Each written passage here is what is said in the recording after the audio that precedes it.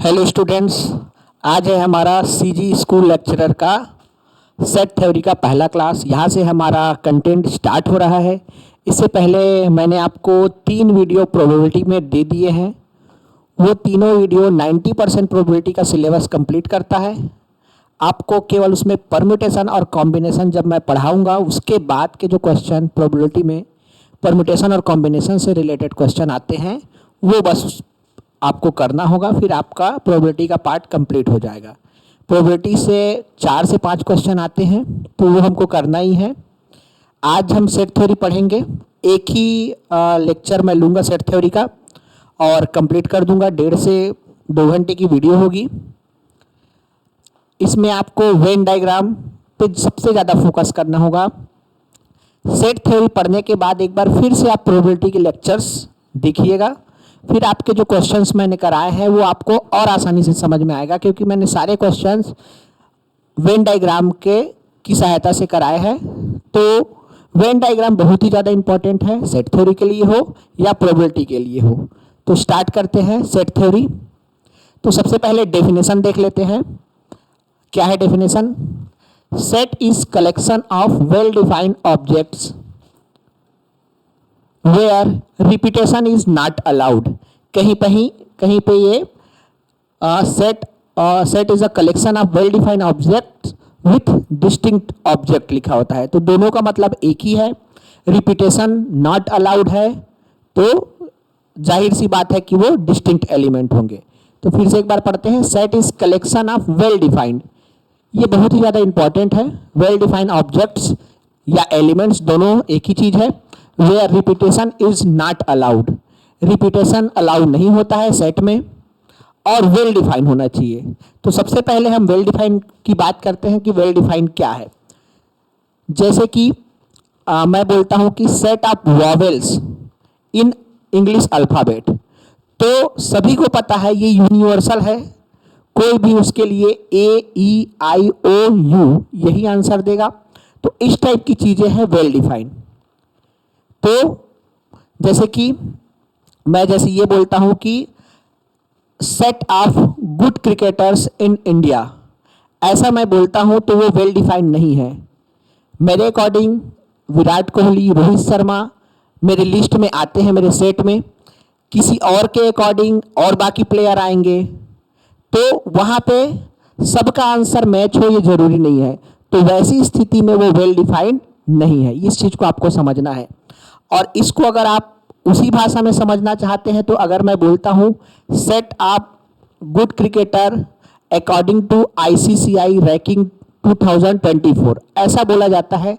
तो जो ICC ranking देता है उसके अकॉर्डिंग सबके लिए आंसर सेम रहेगा, तो वहां पे वो वेल डिफाइंड हो गया।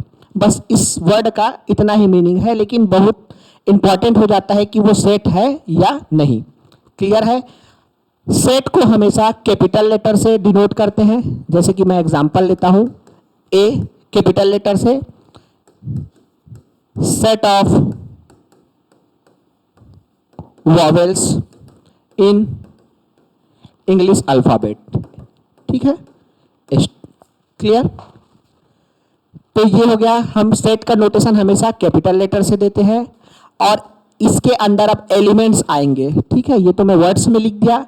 इसके अंदर एलिमेंट्स आएंगे, उसको हम करली ब्रैकेट में लिखते हैं। तो क्या क्या होता है? AEIOU। तो एलिमेंट्स जो अंदर के होते हैं उनको हम स्मॉल लेटर में लिखते हैं। कैपिटल लेटर्स भी आ सकते हैं, बट जनरली जब हम नोटेशन यूज करते हैं, यहाँ हम देखेंगे जब कैसे कैसे रिप्रेजेंटेशन होता है सेट का, तो वहाँ तो जनरली जो है सेट का जो नाम है वो हम कैपिटल लेटर से देते हैं, और एलिमेंट्स के जो नाम है जब हम सेट बिल्डर फॉर्म में देखेंगे तब तो उनको हम स्मॉल लेटर अल्फाबेट से यूज करते हैं। तो ये हो गया सेट का डेफिनेशन। बस इतना ही है, वेल डिफाइन होना चाहिए, सबके लिए आंसर सेम होना चाहिए। किसी एक के लिए अलग आंसर आ रहा है, किसी और दूसरे के लिए अलग आंसर आ रहा है, तो वो वेल डिफाइन नहीं हो गया। ऐसी स्थिति में वो सेट नहीं कहलाएगा। हो सकता है स्ट्रेट फॉरवर्ड क्वेश्चन आपसे पूछ दिया जाए कि which of one is not a set करके, है ना। उसके बाद हम लोग आ जाते हैं रिप्रेजेंटेशन सेट का कैपिटल लेटर।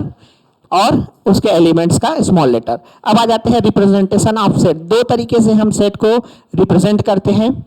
लिखने का तरीका है, पहला जो है वो है रोस्टर और टेबुलर फॉर्म।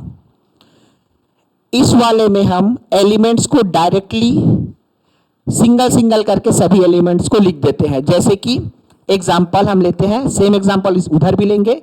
जो मैं बोल रहा हूं कि set of vowels in English alphabet, तो हम ऐसे लिखेंगे एक एक एलिमेंट को, ए ई आई ओ यू, ये हो गया। ये रिप्रेजेंटेशन जब हम सिंगल सिंगल एलिमेंट्स को लिख देते हैं तो वो कहलाता है रोस्टर फॉर्म या टेबुलर फॉर्म। इसका एग्जाम्पल 2 देख लेते हैं। मैं जो बोल रहा हूं उसको सुनिएगा। Set of natural number, set of natural number from 1 to 10। तो ऐसी स्थिति में हम क्या लिखेंगे? नेचुरल नंबर हमारा स्टार्ट होता है 1 से, 1 2 3 4 5 अप टू 10, यहां तक हो जाएगा। तो इस टाइप का फॉर्मेट में जब हम लिखते हैं तो उसको बोलते हैं रोस्टर फॉर्म या टेबुलर फॉर्म। ये जो दूसरा रिप्रेजेंटेशन है जो ज्यादा यूज होगा, है ना, क्योंकि अब बड़े क्लास में आ गए हो, ये 10th 12th तक ठीक था। यहां पे सेट बिल्डर फॉर्म ये आपको जानना होगा, क्योंकि क्वेश्चन जो है maximum time set builder form में लिखे होते हैं। इसमें मैं इसी एग्जांपल को ले रहा हूं, set of vowels in English alphabet. तो मैं नाम ए ही दूंगा, उसके बाद मैं एक स्मॉल लेटर यूज करूंगा एक्स, आप कुछ भी यूज कर सकते हैं, वाई, सच दैट।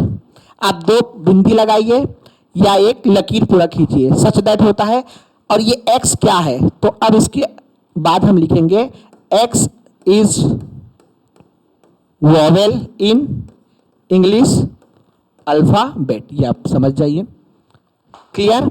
तो ये हो गया आपका सेट बिल्डर फॉर्म। एक एलिमेंट जब पूरे सेट को रिप्रेजेंट कर देता है तो उसे हम बोलते हैं सेट बिल्डर फॉर्म। ठीक है? तो यहां पे हम इसको जब टेबुलर फॉर्म में, सॉरी, इसको जब हम टेबुलर फॉर्म में चेंज करेंगे,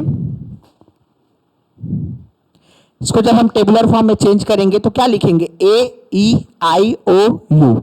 क्लियर है? सेम हमारा जो सेकेंड एग्जांपल था वो क्या था? बी 1 से 10 तक का नेचुरल नंबर था। तो इसको हम कैसे लिख सकते हैं?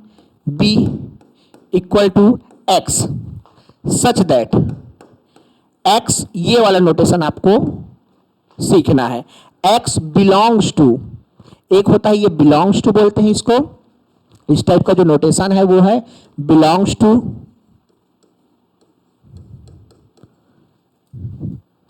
और एक नोटेशन हम आगे पढ़ेंगे सबसेट का, है ना?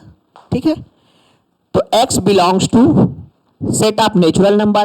तो ये बता दिया कि नेचुरल नंबर में, लेकिन अभी भी कंडीशन फुलफिल्ड नहीं हुआ है, क्योंकि हमको 1 to 10 तक जाना है। तो हम क्या नोटेशन यूज करेंगे? And x is lies between 1 to 10। तो 1 से स्टार्ट होगा, हम लेस देन और इक्वल टू शामिल किए हैं तो 1 शामिल है, 1 2 3 4 5, और हम जंप करते जाएंगे 1 2 3 4 5। जैसे आपको आइडिया है रियल नंबर का, तो हम ये नहीं लिखेंगे कि 1 1.2, क्योंकि हम पहले ही डिफाइन कर चुके हैं कि x belongs to natural number. तो ये वाला जो नोटेशन है वो है टेबुलर वाला, और ये वाला जो नोटेशन है हमारा सेट बिल्डर फॉर्म का। क्लियर है? चलिए आगे बढ़ते हैं। नेक्स्ट है टाइप्स ऑफ सेट, देख लेते हैं, है ना? करली ब्रैकेट में लिखते हैं, ये चीज आपको ध्यान में रखना है ना? सारे जगह हम करली ब्रैकेट का यूज करेंगे, चाहे रोस्टर फॉर्म यूज करें या सेट बिल्डर फॉर्म यूज करें। ठीक है? अब इन डेफिनेशन को थोड़ा जल्दी जल्दी देखते हैं। बेसिक हमको पहले का कुछ ना कुछ तो पता ही होगा सभी को, है ना? तो पहला जो सेट है आपका एम्प्टी सेट। एम्प्टी सेट मतलब ऐसा सेट जिसमें कोई भी एलिमेंट ना हो, नो एलिमेंट। तो ये जो है कहलाता है एम्प्टी सेट। और इसका जो नोटेशन है ये इंपॉर्टेंट है, ये आपको ध्यान रखना है। इसका जो नोटेशन है वो होता है फाई।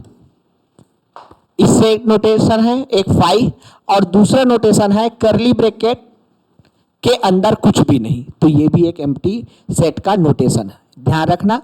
दोनों ही चीजें यूज होती है ना? Phi and empty set. ठीक है? जैसे कि मैं बोलता हूं आपको कि ऐसा नेचुरल नंबर बताइए जो इवन नंबर भी हो और ऑड नंबर भी हो। तो क्या ऐसा कोई है नेचुरल नंबर जो दोनों हो?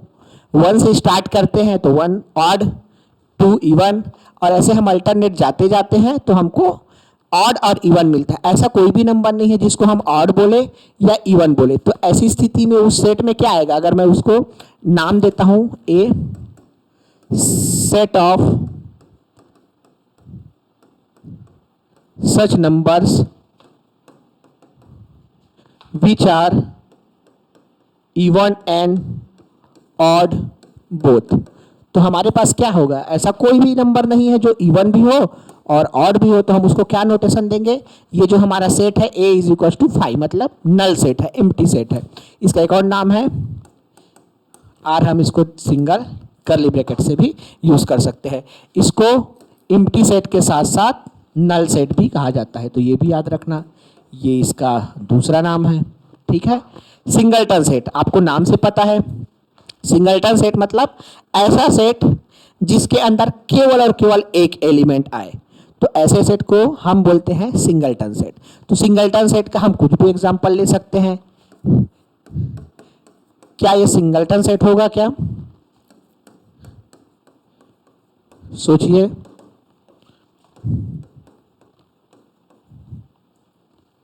Set of even prime number, क्या ये सिंगलटन सेट होगा? प्राइम नंबर क्या होता है पहले सोचिए प्राइम नंबर के बारे में। ऐसा नंबर जो वन और खुद से डिवाइड हो। तो हमारा लिस्ट प्राइम नंबर कहाँ से स्टार्ट होता है? वन को हम कभी प्राइम नंबर की कैटेगरी में शामिल नहीं करते हैं, वो अलग सा एक नंबर है। तो हमारा सबसे पहला प्राइम नंबर स्टार्ट होता है 2 से। आप उसको देख लीजिए।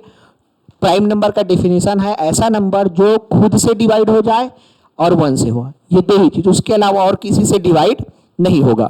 तो 1 को छोड़ते हैं, 2 से स्टार्ट करते हैं। 2 ऐसा ही नंबर है जो 1 से भी डिवाइड होता है और खुद से, उसके अलावा और किसी से डिवाइड नहीं होता है। तो ये हो गया 2 से स्टार्ट। अब आगे 3 भी प्राइम है, आगे 4 नहीं है, 5 प्राइम है। ऐसे हम बढ़ते जाएंगे तो हमको पता चलता है कि केवल 2 बस एक ऐसा नंबर है जो प्राइम होने के साथ साथ इवन नंबर भी है, और उसके बाद बाकी जितने भी प्राइम नंबर है वो पहले तो ऑड होंगे ही होंगे, तब बात होती है प्राइम नंबर को, 2 को छोड़कर। तो ऐसी केस में हमारे पास a का वैल्यू क्या आएगा? Singleton set. तो हम कर्ली ब्रैकेट के अंदर केवल एक एलिमेंट लिखेंगे, तो ये हो गया है हमारा क्या? Singleton set. ठीक है, क्लियर है। नेक्स्ट बढ़ते हैं आगे डेफिनेशन में। ये सारे चीजें आपको पता है, थोड़ा थोड़ा बेसिक आपको इतना तो पता है। फाइनाइट सेट, फाइनाइट सेट क्या होता है? नाम से पता है, ऐसा सेट जिसमें फाइनाइट नंबर ऑफ एलिमेंट्स हो, है ना, फाइनाइट नंबर ऑफ एलिमेंट्स हो। तो फाइनाइट नंबर ऑफ एलिमेंट्स जैसे कि हम ले लेते हैं एक set, set of English alphabet में वॉवेल्स, है ना। तो ये हो गया 5 आएगा, काउंटेबल है, काउंट कर पा रहे हैं, तो इसीलिए ये हो गया फाइनाइट सेट। ठीक है। अब आप ये भी है कि 1 लाख 2 लाख 1 करोड़ इतने एलिमेंट है जो हम बोल पा रहे हैं, जो हम काउंट कर पा रहे हैं, वो सब फाइनाइट में आएंगे, चाहे नंबर कितना भी बड़ा हो, अरबों में हो या खरबों में हो, वो सारे आते हैं फाइनाइट सेट के अंदर। क्लियर है। जिसको हम काउंट कर सकते हैं, फाइनाइट नंबर एलिमेंट हो, वो हो जाता है आपका फाइनाइट सेट। उसके बाद आता है इनफाइनाइट सेट।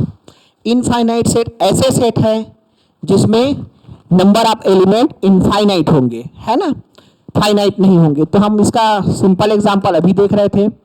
एग्जांपल क्या है? Set of natural number. Set of natural number हमारा कहां से स्टार्ट होता है?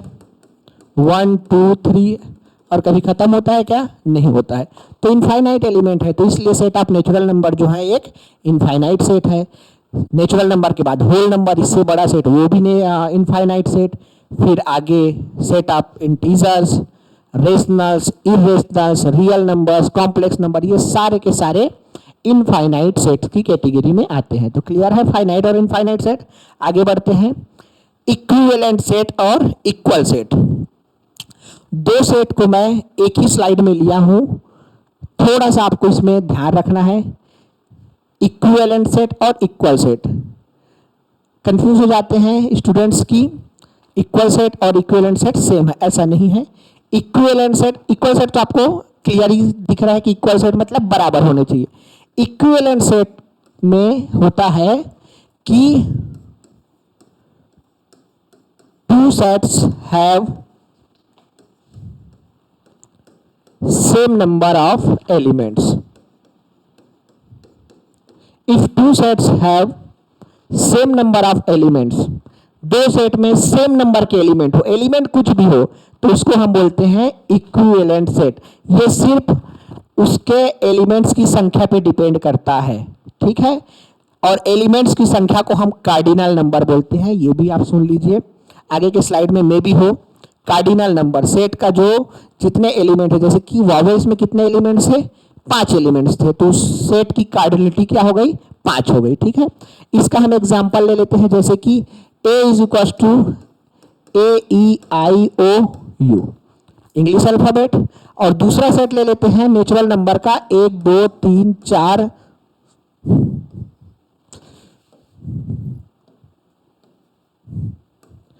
4 5। तो देखिए ए में भी कितने एलिमेंट है, 5 एलिमेंट है। मैं अभी से आपको नोटेशन बता देता हूं, एन करके ऐसा डिनोट करते हैं, आगे आएगा। एन मतलब नंबर ऑफ एलिमेंट्स, और ब्रैकेट में ए लिखा है, तो इस सेट में कितने हो गए, 5 हो गए हैं, 5 एलिमेंट्स है। वैसे ही यहाँ पे number of elements in B, ये भी कितने हैं, 5 है। एलिमेंट्स अलग अलग है दोनों के, लेकिन संख्या सेम है। तो जब संख्या सेम हो तो इस टाइप के सेट को बोलते हैं इक्विवेलेंट सेट। और इक्वल सेट होता है कि दोनों सेट सेम होने चाहिए, ठीक है। जैसे कि ऐसे लिखते हैं, पहला सेट 1 2 3 4 5, और दूसरा सेट हम लिखते हैं b is equal to x। लिखने का तरीका बदल दिए, किसमें लिख रहे हैं, सेट बिल्डर फॉर्म में। x such that x belongs to natural number, double में भी यूज कर सकते हैं, सिंगल एन भी यूज कर सकते हैं। एंड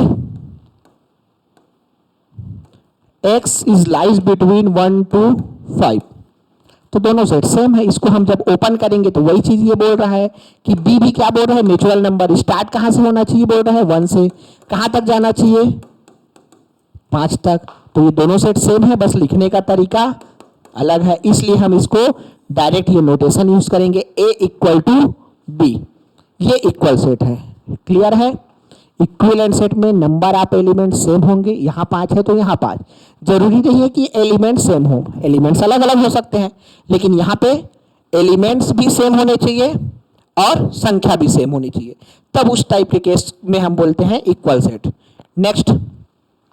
नेक्स्ट हमारा इंपॉर्टेंट है सबसेट, ठीक है। सबसेट और सुपरसेट, सबसेट समझ गए मतलब सुपरसेट भी समझ गए, ठीक है। एक एग्जांपल के थ्रू मैं आपको बताता हूं। एक सेट मैं ले रहा हूं 1 2 3, दूसरा सेट मैं ले रहा हूं 1 2 3 4। इन दोनों सेट्स को ध्यान से देखिए, ए में क्या क्या एलिमेंट है, 1 2 और 3, और बी में क्या क्या एलिमेंट है, 1 2 3 और 4। यहां से आपको दिख रहा है कि ए के सभी एलिमेंट्स बी में हैं, बट बी के सभी एलिमेंट्स ए में नहीं है ना। ए के सारे एलिमेंट्स बी में है, मतलब ये पूरा इसमें है। तो ऐसी स्थिति में हम बोलते हैं कि ए जो है सबसेट है बी का। ये नोटेशन है, आपको ध्यान रखना है, A is subset of B. Same example को मैं यहां लिख रहा हूं 1 2 3, और बी जो है हमारा है 1 2 3 एंड 4, ठीक है। तो यहाँ पे b बड़ा हो गया है, तो b इज सुपर सेट, उल्टा कर दिया है, इसी नोटेशन को रिवर्ट कर दिया, b इधर आ गया, a इधर आ गया।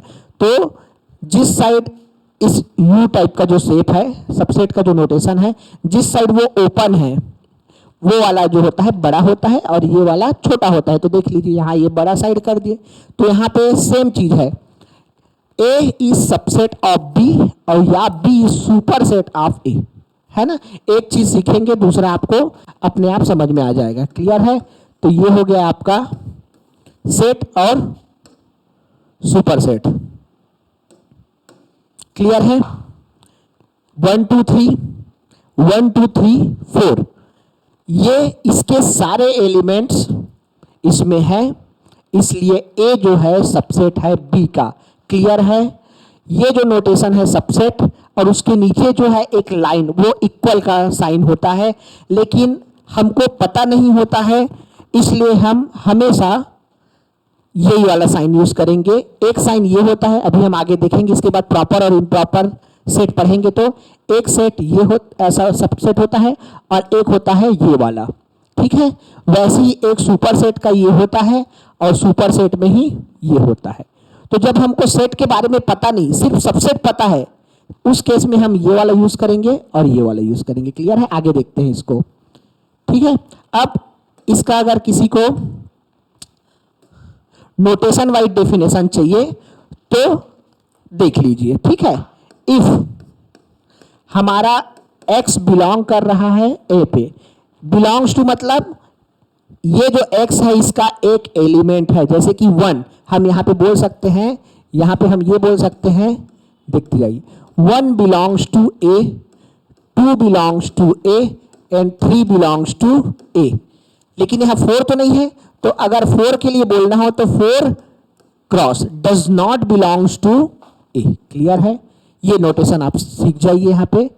उसका जब एलिमेंट्स होता है, कोई चीज एलिमेंट है, तब हम उसको बिलोंग्स टू नोटेशन यूज करते हैं। तो देखिए, if x belongs to A, x है ए में कोई, और वो कहां चले जाता है, बी में चले जाता है। x belongs to A implies x belongs to B. कोई भी एलिमेंट हम ए में ले रहे हैं, वो बी में मौजूद है, तो ऐसी स्थिति में हम बोलते हैं ए इज सबसेट ऑफ बी। अब इस नोटेशन फॉर्मेट में हमको नहीं पता है, इसलिए हम ये वाला सबसेट वाला दोनों चिन्ह, ये u और ये इक्वल वाला लेके चलेंगे। सेम चीज यहां भी होगा, उसको समझिए कि b ऐसे रिवर्ट हो जाएगा। क्लियर है? ये नोटेशन फॉर्म में डेफिनेशन है जो आपको बुक में मिलेगा, बट समझने के लिए इतना ही काफी है। सो सबसेट और सुपर सेट हो गया। अब देखते हैं आगे, ये जो है प्रॉपर सबसेट और इम्प्रॉपर सबसेट। एक एग्जांपल के थ्रू समझाऊंगा आपको। एग्जाम्पल के थ्रू चीजें जब आप सीखेंगे, नोटेशन वाइज में आपको ज्यादा कठिन लगेगा, है ना। सेम एग्जाम्पल मैं ले रहा हूं, 2 एग्जाम्पल लूंगा यहाँ पे। a is equal to 1 2 3, b is equal to 1 2 3 4। तो यहां पे आप देख रहे हो कि a के सभी एलिमेंट्स तो b में है, लेकिन b में एक एक्स्ट्रा है। आपको पता चल गया है। जब आपको पता चल जाए तब की बात है ना। जब नोटेशन फॉर्म में x करके लिखते हैं तो हमको पता नहीं चलता है, ठीक है।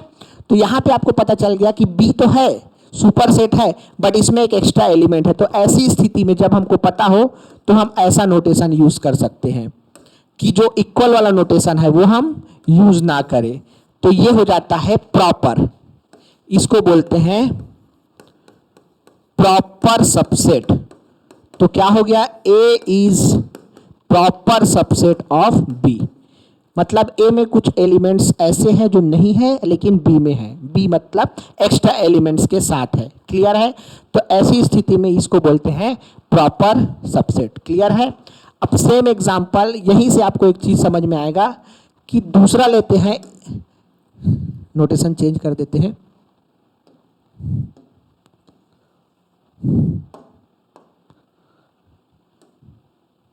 P ले लेते हैं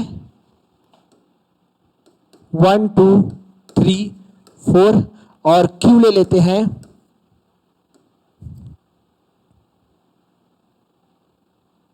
4 2 3 1। ठीक है? इससे भी एक नया चीज आपको, इससे भी एक नया चीज आपको सीखने को मिलेगा। ऊपर वाला सेट देखिए 1 2 3 4, और नीचे वाला सेट 4 2 3 1। क्या आपको ऐसे लग रहा है कि सेट अलग है? यहां पे भी फिर से सुन लीजिए, अगर आपको लगता है अलग है। सेट में एलिमेंट्स का जो पोजीशन है वो मैटर नहीं करता है। आप 1 को यहां लिखिए, 4 को यहां लिखिए, 2 को यहां, 3 को यहां, ये मैटर नहीं करता है। एलिमेंट्स कहीं भी लिख सकते हैं, उसका पोजीशन मैटर नहीं करता है। तो ये क्या है? प्रॉपर सबसेट नहीं है। यहाँ पे जितना एलिमेंट यहाँ है उतना ही यहाँ है। तो इसको हम क्या लिखेंगे? P is proper subset of Q, and Q भी तो है, Q is proper subset of P। तो ये हो गया, तो दोनों एक दूसरे के सबसेट हो जाते हैं, तो यहाँ पे हो जाता है P equal to Q.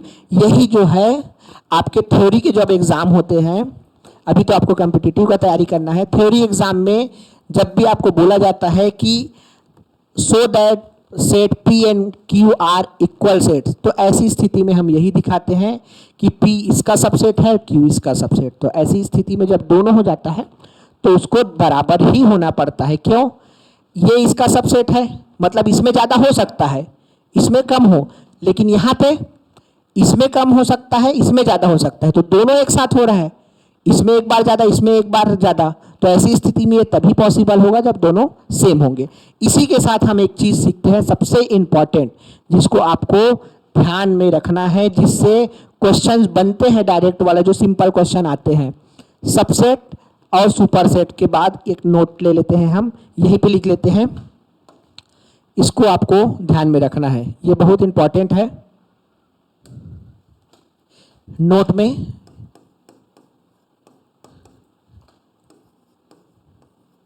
Next page में ले लेते हैं, दो नोट हम लोग लिख लेते हैं, इसको नोट 1,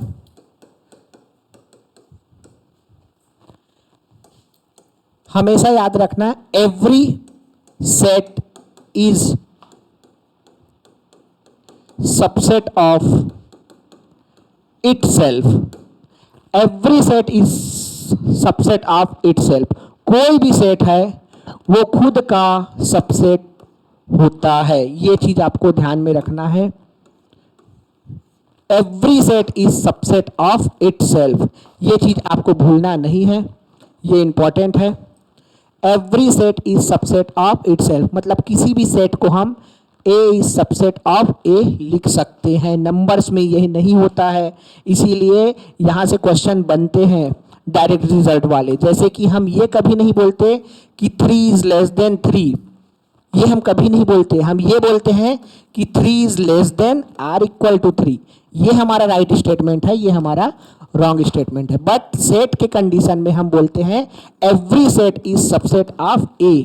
ये डिफरेंस है, क्योंकि सबसेट का डेफिनेशन ही होता है कि जब इस सेट के सभी एलिमेंट यहाँ हो तो हम उसको सबसेट बोल देते हैं। तो ये कंडीशन फुलफिल कर रहा है, इसमें जितना एलिमेंट है उतना इसमें है, तो दोनों में है, इसलिए हम सेट सबसेट के केस में ऐसा लिखते हैं जो सही है, बट नंबर के केस में ऐसा नहीं लिख सकते लेस देन, उसको हम less than or equal to लिखते हैं। क्लियर है? तो ये हो गया। दूसरा हमको नोट जो लगाना है वो है नोट 2, एम्प्टी सेट। याद रखना, empty set is subset of every set. Empty set is subset of every set. ये एम्प्टी सेट है, ये सबसेट होता है एवरी सेट का। कोई भी रैंडम हम ए ले लेते हैं, किसी भी सेट का वो सबसेट होता है। तो ये दो नोटेशन आपको, दो नोट आपको एकदम याद रखना है कि कोई भी सेट अपना खुद का सबसेट होता है और एम्प्टी सेट जो है वो किसी भी सेट का सबसेट होता है। क्लियर है? आगे बढ़ते हैं। Interval as subset of R, जैसे कि अब हम लोग को पता है रियल लाइन के बारे में पढ़ना है, ठीक है। रियल लाइन दोनों साइड इनफाइनाइट तक जाएगा, तो उसमें हम पहला पढ़ेंगे ओपन इंटरवल। थोड़ा थोड़ा मैं ये मानता हूँ कि आपको इन चीज़ों की जानकारी थोड़ा थोड़ा है, तो मैं थोड़ा सा फास्ट करता हूँ। आज के सारे क्वेश्चन आपको प्रीवियस ईयर के क्वेश्चन मिलेंगे या जेई मेंस के क्वेश्चन होंगे। वो क्वेश्चन आपको चांसेस अगर आना है क्वेश्चन तो उन्हीं में से आएंगे, है ना। वेन डायग्राम का यूज़ करके हम काफ़ी अच्छे अच्छे क्वेश्चन देखेंगे। तो ओपन इंटरवल, ओपन इंटरवल देखते हैं। इसमें मैं ज़्यादा आपको डीप नहीं बताता हूँ। ये है आपका आर रियल लाइन। यहाँ पे हम एक ले लेते हैं ए नंबर और दूसरा ले लेते हैं बी नंबर, ठीक है। तो ओपन इंटरवल क्या होता है? ओपन इंटरवल को हम नोटेशन देते हैं ए बी और स्मॉल ब्रैकेट, ये होता है ओपन इंटरवल। क्लियर है? तो ओपन इंटरवल जब भी बना रहे हैं, इंटरवल में ए और बीच के सारे एलिमेंट आते हैं, ए और बी के सारे एलिमेंट आते हैं। बट जब ओपन होता है तो केवल ए नहीं आएगा और बी नहीं आएगा। जब भी मैं लाइन प्लॉट करूं या आगे के जितने भी लेक्चर्स हमारे सीजी स्कूल के होंगे लेक्चरर के, उसमें जहाँ भी मैं हॉलो सर्कल बनाता हूँ मतलब है कि वहाँ पे वो एलिमेंट शामिल नहीं है। और जब भी मैं फील्ड सर्कल बनाता हूँ ऐसा, तब ऐसी स्थिति में वो शामिल है वो एलिमेंट। क्लियर है? आगे के लिए आप लोग ये चीज ध्यान रखेंगे। तो हॉलो सर्कल बनाया हूं मैं, मतलब ए और बी शामिल नहीं है, लेकिन जैसे ए से थोड़ा आगे गए तो सारे एलिमेंट आ गए, वैसे बी से थोड़ा पहले आया तो सारे एलिमेंट्स इसमें आ गए। तो इसको बोलते हैं ओपन इंटरवल। ओपन इंटरवल में बाउंड्री शामिल नहीं होता है, ये आप समझ सकते हैं। क्लियर है? दूसरा है क्लोज इंटरवल। दूसरा जो है आपका क्लोज इंटरवल, इसमें मैं लेता हूं फिर से ए और लेता हूं बी। ठीक है? क्लोज इंटरवल को हम जो बड़ा ब्रैकेट होता है उससे डिनोट करते हैं, या स्क्वायर ब्रैकेट जिसको बोलते हैं। ऐसी स्थिति में अब मैं यहां पे बना रहा हूं फील्ड सर्कल, मतलब ए और बी शामिल है और बीच वाले तो शामिल होंगे ही होंगे, है ना? ये सारे शामिल है, तो ऐसे केस को बोलते हैं क्लोज्ड इंटरवल। ये इसलिए लिया जा रहा है क्योंकि एज अ सेट इस पे क्वेश्चन बन सकते हैं। ठीक है?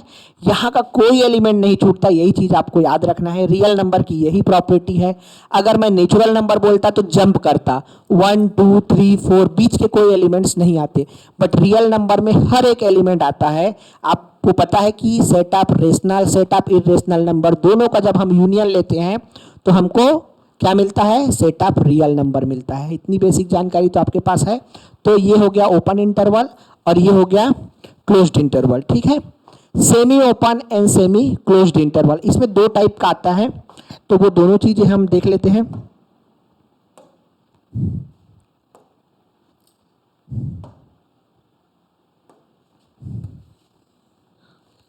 ये हो गया हमारा एक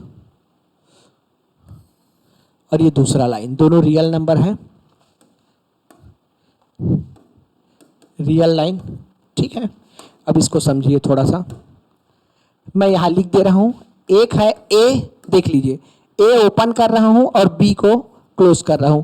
तो अगर मैं नंबर लाइन पे लेता हूं यहां पे ए और यहां पे बी, तो आपको अब क्लियर हो गया होगा ए वाला बाउंड्री शामिल नहीं है। तो ए के पास मैं कौन सा सर्कल लगाऊंगा? Hollow circle. और बी शामिल है तो बी के पास मैं लगाऊंगा फील्ड सर्कल। मतलब ए को छोड़ दो फिर बाकी सब आ जाएगा और बी भी आ जाएगा, क्योंकि बी में मैंने क्या किया है? क्लोज किया है। तो इसका नाम क्या है? सेमी ओपन और सेमी क्लोज्ड, दोनों बोल सकते हैं इसको। सेमी ओपन एक साइड से बोलेंगे तो ओपन है, सेमी क्लोज्ड दूसरे साइड से। तो ऐसी स्थिति में इसका और एक नाम हो जाता है ओपन क्लोज्ड, इस वाले का जो मैं ऊपर में लिखा हूं इसका पहला। ठीक है? क्योंकि ओपन से स्टार्ट हो रहा है, क्लोज्ड पे खत्म हो रहा है। दूसरा वाला में मैं पहले लिखता हूं, अब बदल गया, है ना? अभी भी सेमी है क्योंकि सेमी ओपन सेमी क्लोज्ड, है ना? एक साइड से वो ओपन है, एक साइड से क्लोज्ड है, इसीलिए ये दोनों का जब एक साथ नाम लेते हैं तो सेमी ओपन भी बोल सकते हो, सेमी क्लोज्ड भी बोल सकते हो। और स्पेसिफिक नाम देना है तो आप ओपन क्लोज्ड बोलोगे, और इसको सेकेंड वाले को आप क्या बोलोगे? क्लोज्ड ओपन इंटरवल, है ना? क्लियर है? तो मैं फिर से ये मार्क करता हूं, ये आपका ए हो गया, ये आपका बी हो गया। इस बार बी शामिल नहीं है तो बी के पास हो जाएगा आपका हॉलो सर्कल और ए के पास हो जाएगा आपका फील्ड सर्कल। क्लियर है? नेक्स्ट आगे बढ़ते हैं। अब देखिए, अब हमारा जो सेट का ऐसे टॉपिक्स आ रहे हैं जहां से क्वेश्चन डायरेक्ट बनेंगे, है ना? थोड़ा सा और पेशेंस रखिए, मैक्सिमम 15-20 मिनट का और है थ्योरी वाला पोर्शन। दोबारा देखिएगा लेक्चर को, अगर एक बार में ना समझ में आए। मैं सारा कंटेंट एक साथ इसलिए लाया हूं ताकि एक लेक्चर में सेट थ्योरी कंप्लीट हो जाए, क्योंकि सेट थ्योरी से एक आध क्वेश्चन ही बनते हैं, लेकिन सेट थ्योरी अच्छे से सीख गए तो प्रोबेबिलिटी के 4-5 क्वेश्चन बन जाएंगे। प्लस सेट थ्योरी हर जगह यूज होगा। बिना सेट के तो ना तो आप फंक्शन डिफाइन कर सकते हो, ना ही रिलेशन डिफाइन कर सकते हो, और फंक्शन के आगे फिर हम उसका लिमिट, कंटिन्यूटी, डिफरेंशियलिटी आगे सब पढ़ना है। तो ये सबसे उसका बेसिक चीज है ना? तो कंपेरेबल सेट्स सिर्फ जान लीजिए क्या है। Two sets A and B are comparable if A is subset of B or B subset of A. किसी भी चीज को कंपेयर कब कर सकते हैं? जैसे नंबर्स में हम कैसे कंपेयर करते हैं? दो ही तरीका होता है, दो तीन तरीका होता है। या तो दो नंबर है तो क्या होगा? या तो दोनों नंबर में से एक छोटा होगा, एक बड़ा होगा, या बराबर होंगे। क्लियर है? तो ये कंपेयर करने के क्या हो गया? क्राइटेरिया हो गया। किसके लिए? जब हम नंबर की बात करते हैं। सेट की बात में हम कैसे कंपेयर करेंगे, हमारे पास तो एक ही चीज है ना कि सबसेट हो या सुपर सेट हो, तो सबसेट सुपर सेट एक ही मतलब है। तो इसमें इसीलिए कंपेरेबल में क्या लिखा गया है, A is subset of B. यदि ए बी का सबसेट है तब भी चलेगा, या बी ए का सबसेट है तब भी चलेगा। अगर एक दूसरे के सबसेट है एक, तो उसको हम कंपेरेबल बोलेंगे, है ना।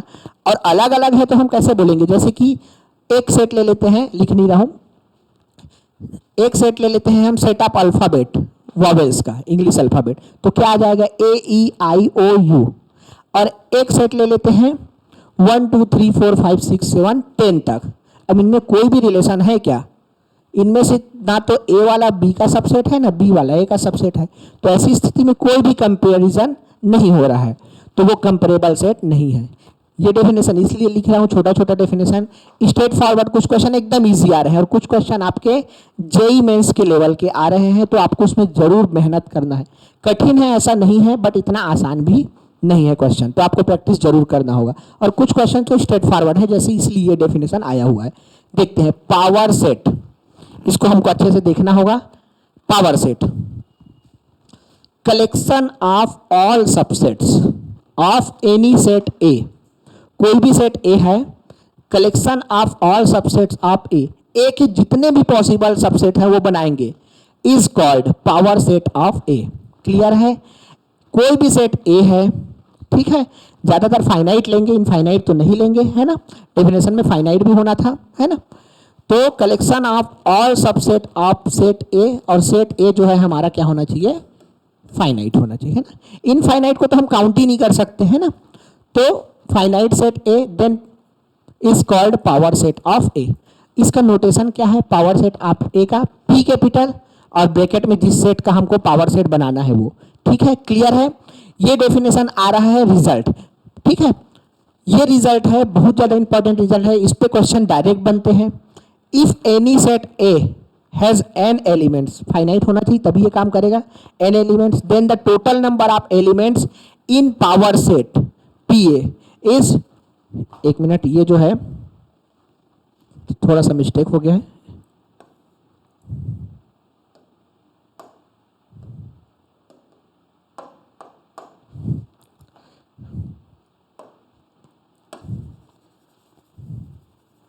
ये होगा आपका, इसको ध्यान रखिएगा, प्रिंटिंग मिस्टेक हो गया है। 2 टू द पावर n, यदि किसी सेट में n एलिमेंट है तो उसके टोटल कितने सबसेट बनेंगे, 2 की पावर n, मतलब पावर सेट में कितने एलिमेंट आएंगे, 2 की पावर n आएंगे। इसको हम पहले, इस डेफिनेशन और इसको हम पहले, इस काउंटिंग को हम बाद में समझेंगे, पहले एक एग्जांपल लेते हैं, ठीक है। एक एग्जाम्पल पहले लेते हैं, उसके बाद आपको सारा चीज क्लियर हो जाएगा। तो एग्जाम्पल से देखिए, जैसे कि मैं सबसे छोटा एग्जाम्पल लेता हूं, एग्जाम्पल फर्स्ट, ठीक है। एक सेट लेता हूं मैं ए 1 2, पावर सेट को एकदम ध्यान से समझिएगा, नोटेशन के बेस पे बहुत सारे क्वेश्चन आ जाते हैं। अब मैं इसका सबसेट बनाता हूं, सबसेट्स ऑफ ए क्या क्या होंगे ये हम देखते हैं। तो सबसे पहले हम देखो, हमेशा एक सबसेट, इसको कभी भूलना नहीं है, फाइव, क्योंकि हम क्या बोले हैं, empty set is subset of every set, तो सबसे पहले यही काउंटिंग में छूट जाता है आपसे, है ना। तो ये 5, उसके बाद हम क्या कर सकते हैं, सिंगल एक एलिमेंट 1 को लेके बनाएंगे, तो देखो ये इसका सबसेट है, क्लियर है, इसमें एक एलिमेंट, इसमें ज्यादा एलिमेंट। उसके बाद सेम ऐसे ही हम क्या कर लेते हैं, 2 को लेके एक एलिमेंट बना लेते हैं, तो ये भी उसका सबसेट है। और फाइनली और क्या कर सकते हैं, दोनों एलिमेंट को लेके बना सकते हैं, क्योंकि हम क्या पढ़े हैं कि every set is subset of itself, कोई भी सेट जो होता है वो खुद का सबसेट होता ही है। तो देख लो कितना हो गया, 4 है। तो हमारा पावर सेट में कितना एलिमेंट है, बाय द फॉर्मूला क्या होता है, अगर किसी सेट के पास n एलिमेंट हो तो टोटल सबसेट कितने होते हैं उसके, पावर सेट में 2 की पावर n। तो देखो क्या ये बन रहा है, हमारे पास कितना एलिमेंट है, 2 एलिमेंट, तो 2 की पावर हमेशा n कितना है 2, तो टोटल 4, तो 4 एलिमेंट आने थे, 4 आ गया है।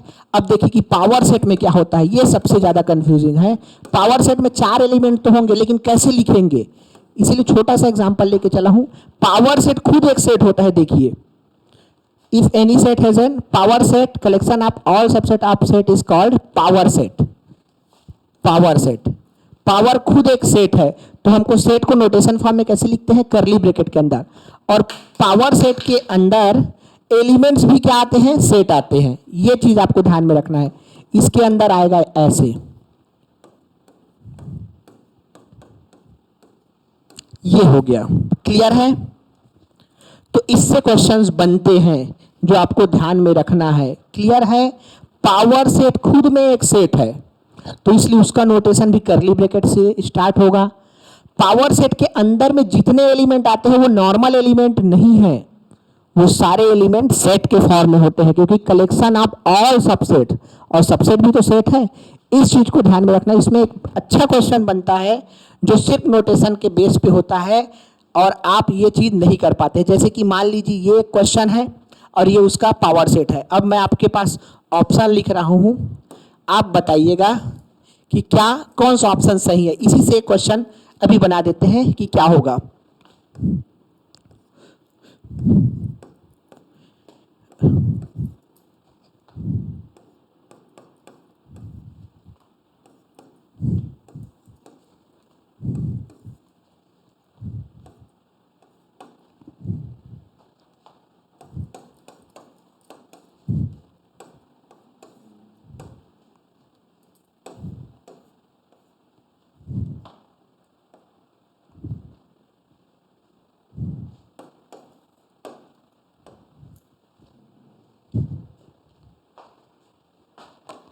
चलिए, अब ये एक क्वेश्चन है आपके लिए। इस टाइप के नोटेशन बेस्ड क्वेश्चन आते हैं। इस टाइप के क्वेश्चन मैं नहीं लिया हूं, इसीलिए डायरेक्ट यही बना दिया हूं। आपको दिया गया है सिर्फ question, if a is equal to 1 2 then which of the following is true. 4 option है आपके पास। मैं पावर सेट भी आपको बना के दे दिया हूं। दोनों चीज है आपके पास, एक आप इसको देखिए, दूसरा आप इसको देखिए। अब इन दोनों को, और आपको मैं नोटेशन दोनों का बता दिया हूं। ये होता है बिलोंग्स टू, उसका एलिमेंट है, और ये होता है सबसेट, पूरा उसके अंदर है।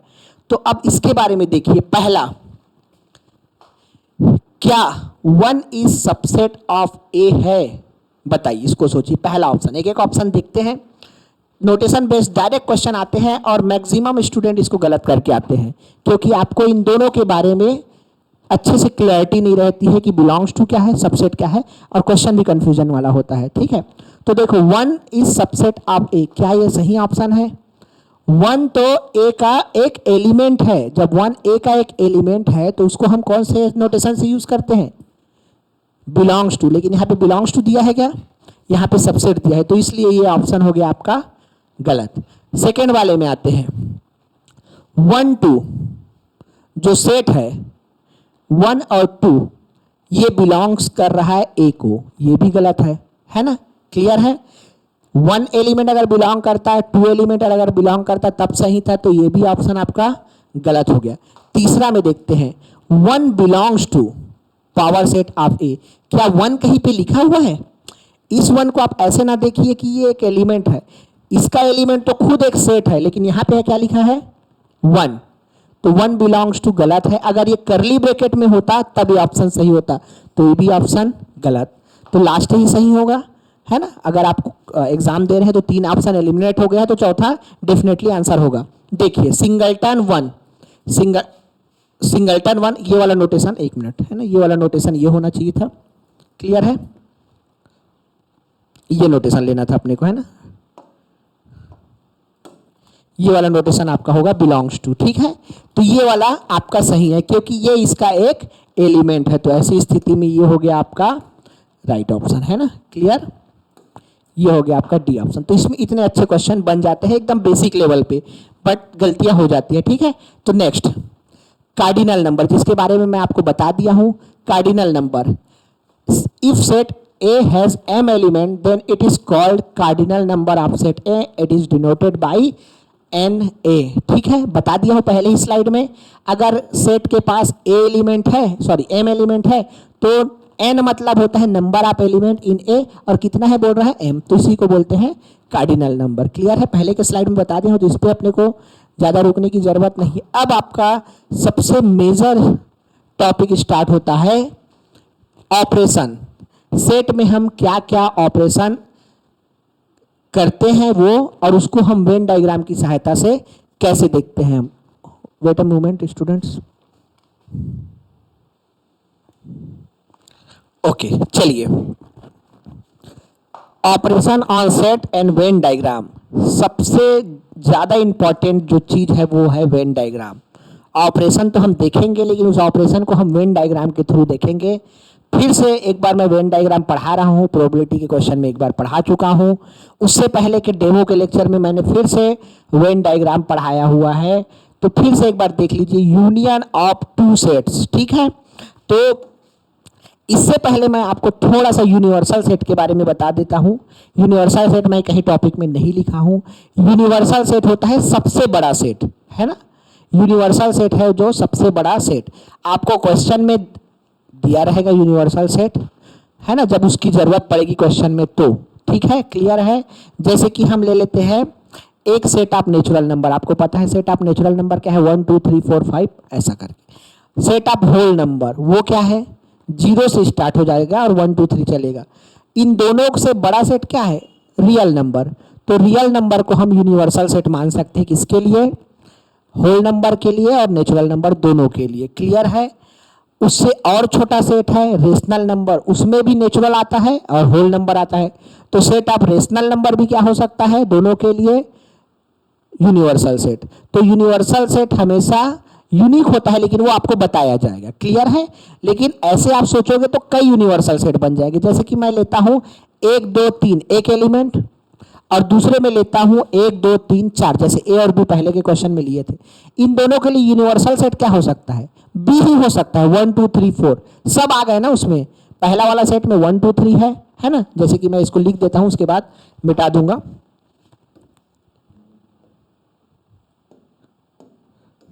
समझिए इसको। जैसे कि मैं लिखता हूं ए इक्वल टू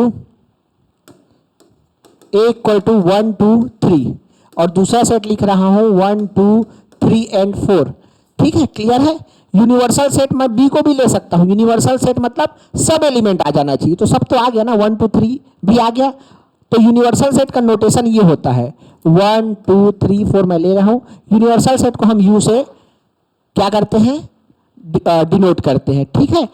अगर क्वेश्चन में दिया है यूनिवर्सल सेट कि ये लो आप 1 2 3 4 5 6 लो, तो मानना पड़ेगा कि हाँ यूनिवर्सल सेट है।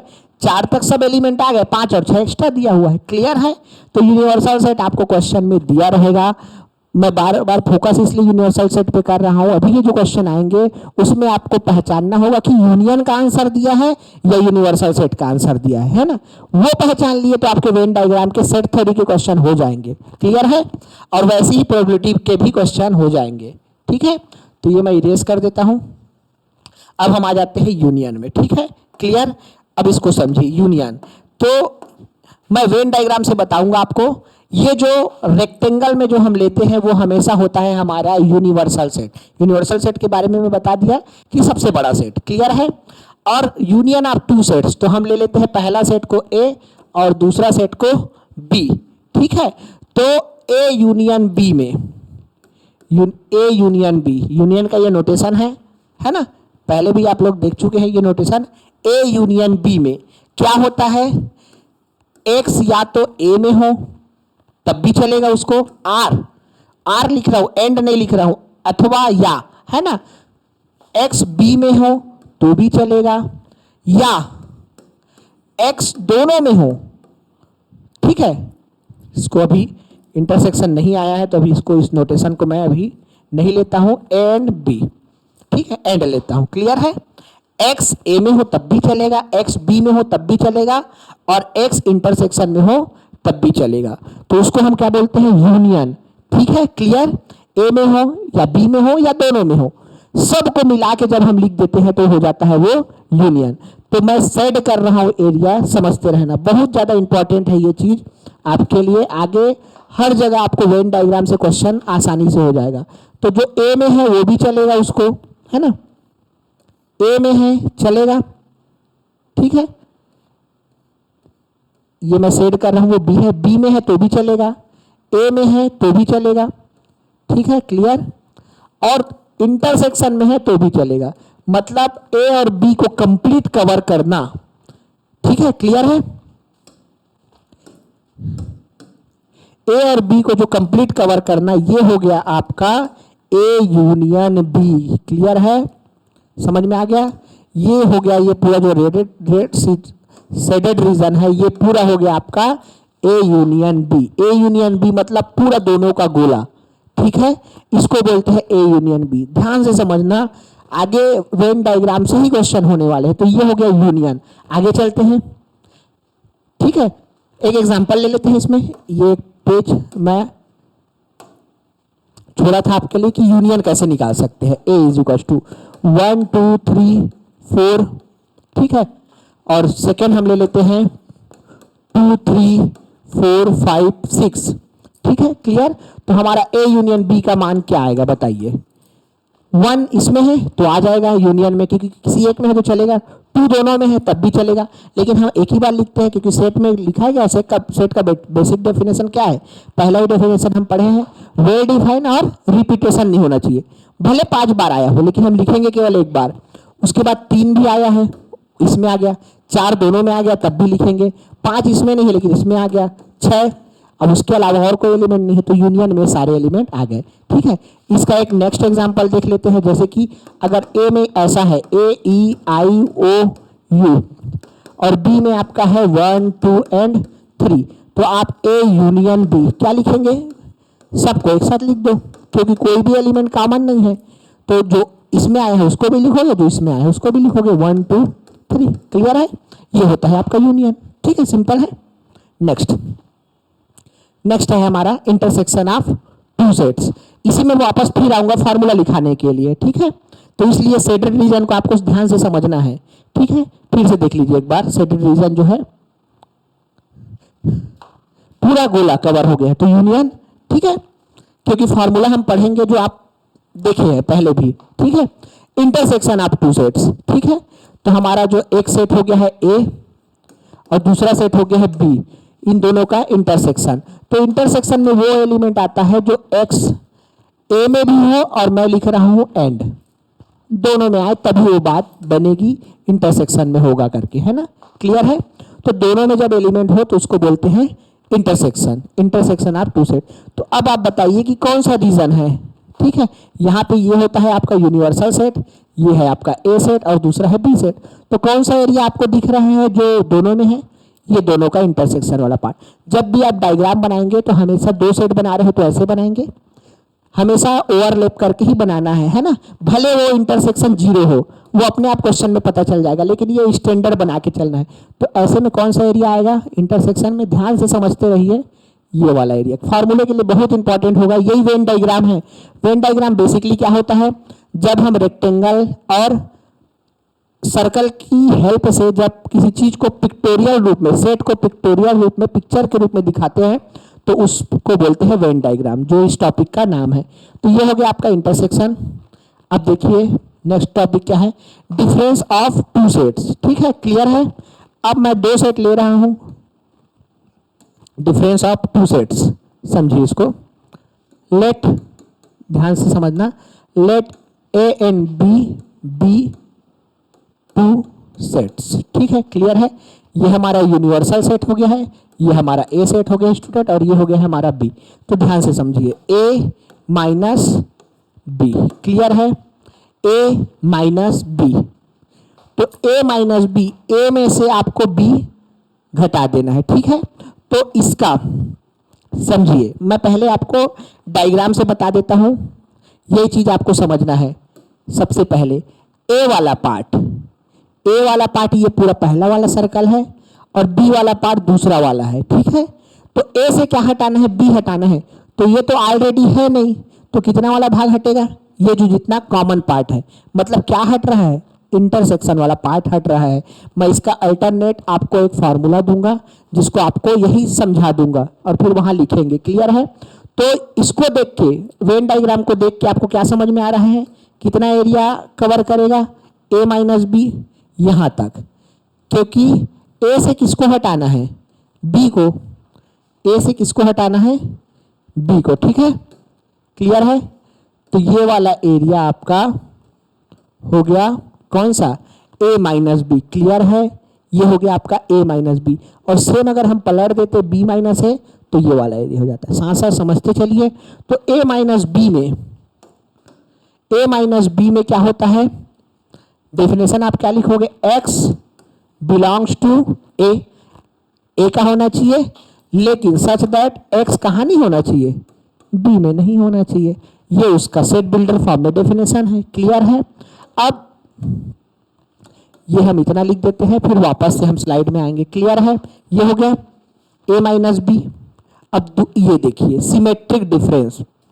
सिमेट्रिक डिफरेंस क्या होता है, ये एक डिफरेंस का ही टॉपिक है, बट जब हम सिमेट्रिक डिफरेंस लेते हैं तो सिमेट्रिक डिफरेंस का नोटेशन होता है ये ट्राइंगल जैसी चीज। ठीक है, ए सिमेट्रिक बी, और इसका फार्मूला क्या होता है समझिए। हम ए में बी घटा देते हैं, पहले या बाद में करें चलेगा, और एक बार किस में घटा देते हैं, बी में ए घटा देते हैं, समझे, और उसके बाद हम ले लेते हैं दोनों का यूनियन। क्लियर है। तो ये जो फार्मूला होता है समझिए इसको फिर से, ए में बी घटा दिए और बी में ए घटा दिए, और जो आंसर आया उसका यूनियन ले लिए। यूनियन ले लिए मतलब सभी को एक एक बार लिख दिए, अगर कॉमन है तो भी। तो अब ध्यान से समझिए, अगर हम कलर चेंज करता हूं मैं, अगर हम ए में, ये है हमारा पहले तो ये हमारा क्या है, यूनिवर्सल सेट है, ये हमारा ए है, ये हमारा बी है। क्लियर है। अब देखिए येलो ही ले लेते हैं। ए में बी घटाते हैं तो क्या आता है स्टूडेंट्स, ए में हम बी घटाते हैं तो ये वाला एरिया आता है। ए से हम किसको हटा दिए, बी वाला कॉमन पार्ट हट गया। ठीक है, और सेम चीज बी में हम ए को घटाएंगे तो बी से कौन सा वाला पार्ट हट जाएगा, यही वाला पार्ट हट जाएगा। क्लियर है, समझ में आ रहा है। तो ये हो गया ए माइनस बी, ये हो गया बी माइनस ए, और दोनों को मिला दिए तो क्या हो गया, इसका यूनियन और इसका यूनियन, तो वो क्या हो जाता है, सिमेट्रिक डिफरेंस। क्लियर है। तो आपको ध्यान से देखने से समझ में आ रहा होगा कि ए माइनस ए सिमेट्रिक डिफरेंस बी में केवल किस एलिमेंट को हटा देना है आपको, जो कॉमन है उसको। क्लियर है। ये आगे जब हम आएंगे फॉर्मूले में तो आपको ये काफी अच्छे से क्लियर होगा, इन्हीं से क्वेश्चन बनेगा। ठीक है, क्लियर। फिर से सिंपल जो डिफरेंस है उसको देखिए, ए वाला पार्ट इतना बचा, ए में बी घटाए और बी में ए घटाए तो ये वाला पार्ट बचा, और दोनों का इस सिमेट्रिक डिफरेंस में क्या ले रहे हैं, यूनियन ले रहे हैं, इसलिए ये दोनों भाग आ गया। क्लियर है। तो सिमेट्रिक डिफरेंस में क्या होता है, कॉमन पार्ट को हटा दो, जो जो कॉमन है उसको निकाल दो और डायरेक्ट आंसर लिख दो। इस पे क्वेश्चन आया हुआ है। ठीक है, क्लियर। आगे स्लाइड में आपको क्वेश्चन मिलेंगे। कॉम्प्लीमेंट ऑफ अ सेट, अभी तक हम लोग यूनियन देखे दो सेट का, इंटरसेक्शन देखे दो सेट का, दो से ज्यादा का भी देख सकते हैं लेकिन मिनिमम दो था। वैसे ही क्या देखे, डिफरेंस भी देखे तो भी दो सेट का, सिमेट्रिक डिफरेंस देखे तो भी दो सेट का, लेकिन अब कॉम्प्लीमेंट देख रहे हैं तो क्या लिखा है, कॉम्प्लीमेंट ऑफ अ सेट, एक सेट का कॉम्प्लीमेंट देखेंगे। कॉम्प्लीमेंट जो है बिना यूनिवर्सल सेट के नहीं निकलेगा, तो उसके लिए आपको यूनिवर्सल सेट क्वेश्चन में दिया होगा। तो ये हो गया आपका यूनिवर्सल सेट और ये हो गया आपका सेट ए। ठीक है, तो सेट ए का जो कॉम्प्लीमेंट होता है उसको आप लोग फिर से समझेंगे स्टूडेंट। ए का जो कॉम्प्लीमेंट सेट होता है उसको ए के कॉम्प्लीमेंट से भी डिनोट करते हैं, ए के डेज से भी डिनोट करते हैं। ठीक है, और ए के बार से भी डिनोट करते हैं। मैं सारा नोटेशन आपके पास लिख दे रहा हूं। ठीक है, और इसमें क्या एलिमेंट आता है ये देख लो, इसमें यूनिवर्सल से ए को हटा दो। ठीक है, क्लियर है। यूनिवर्सल से आपको ए को हटा देना है। ठीक है, यूनिवर्सल सेट से आपको ए को हटा देना है। ठीक है, इसको नोटेशन फॉर्म में आप क्या लिखोगे, ठीक है, ये नोटेशन फॉर्म में क्या लिखाएगा, x such that x belongs to U but x does not belongs to A, ये नोटेशन फॉर्म है। तो नोटेशन फॉर्म हमेशा आपको टफ ही लगेगा, थोड़ा सा सोचने में टाइम लगेगा, लेकिन सबसे अच्छा है आप उसको पिक्टोरियल मतलब वेन डायग्राम में देखिए। तो क्या बोल रहा है ये क्वेश्चन, ये जो टॉपिक है वो यूनिवर्सल से जो जिसका आपको कॉम्प्लीमेंट निकालना है उसको हटा दो, तो ए का गोला हटा दो तो किसी भी सेट का कॉम्प्लीमेंट क्या आ जाएगा, बाहर का एरिया। क्लियर है, ये पूरा हो जाएगा आपका कॉम्प्लीमेंट। ठीक है, वेन डायग्राम में बार बार फोकस कर रहा हूं क्योंकि सारा क्वेश्चन जो है मैं वेन डायग्राम से आपको कराऊंगा, कोशिश यही रहेगी। और आपको भी एग्जाम में वेन डायग्राम के थ्रू ही जाना है, फार्मूले के थ्रू जाएंगे तो फंसते चले जाएंगे। क्लियर है? तो कॉम्प्लीमेंट में किसी भी कॉम्प्लीमेंट में वो सेट को हटा दो, बाकी जो यूनिवर्सल में बचेगा वो क्या हो जाएगा? आपका complement of that set. Clear है? तो ये हो गया। नेक्स्ट अब आ रहा है फॉर्मूला। यहीं से अब स्टार्ट होता है। आप जो फॉर्मूला पहले भी देखे हैं बुक में, उसी फार्मूले का, लेकिन आज हम इसको समझेंगे कि ये कैसे आया, है ना। रटना नहीं है अब, है ना। एक बार आप देख लोगे तो आप अपने से बना लोगे, क्योंकि आगे के फॉर्मूलेज बहुत सारे हैं जो आप खुद ही बनाएंगे। ठीक है, इसीलिए मैं सिर्फ बॉक्स लिया हूं, टाइप नहीं किया हूं। ठीक है, क्लियर है?